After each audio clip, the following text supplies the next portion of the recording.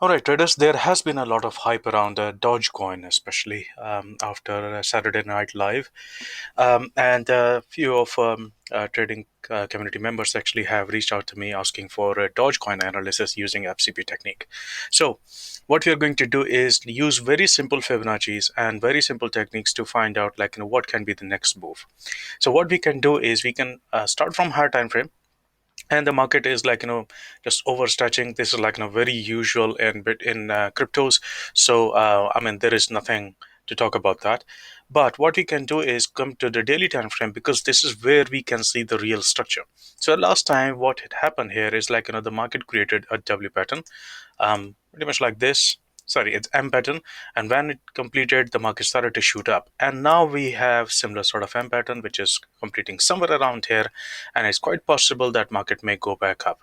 Having said that, it may or may not be that easy, right? So what we're going to do is just find out what kind of zones that we can have, what kind of probabilities that we can have. Everything is a probability right now, right? Especially in cryptos, markets move very fast, so you'll have to be careful and you'll have to maintain your risk management. Now, so okay, so what we do is we have this structure level here.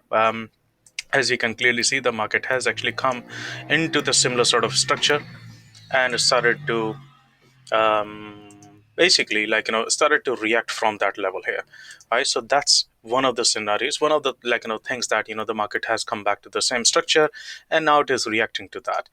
As I mentioned that the market may also have an M pattern, and when M pattern completes, the market goes up. So this is what we can do. We can draw Fibonacci from here all the way to this level, and we can see that market has come to 50%, and that means the market is expected to reach somewhere around here anyway. That's based on the FCP technique that we have. And we can also see that these levels are very important for the market. The market may actually come down to reach one of these levels and then go back up as well. So we have two FCP zones. So this is what we call as FCP zones. This is FCP zone number one, and then we have got another one which is right here. So what do we expect? We expect market to come into these one of these FCP zones and then start to go up. Now, depending on how the market conditions are, we can look for the market to move higher into the previous structure level somewhere around here, right? So because that has been a very good structure level, that can be one of the targets. But what we can also do is we can make use of fib and see whether we have some kind of confluence there. So what we can see that the market has 618 right there, so that can be a very good area. And we can see that market has actually, for that, let me go to the lower time frame and show you what I mean. So the market has started to create a kind of a W pattern here as well, right? So if the market starts to go higher and if it breaks through this point, right, this level, then we can expect it to continue even higher into this level, which we have identified. So that is what we have. Now the next thing that we can do is even before that, so let me just quickly mark it for you. So something like this. Now if that is broken, then we are looking for the next move into this, and if that is also broken, then we are looking for a move into back into this, because we have a very good supply here, and this is where the entire fall started from. So that's kind of like in a supply zone that we have got, right? So this is the plan that we have got. Now let's go to the lower time frame, even very very low time frame, because that can actually give us very good indications what the market could be trying to do.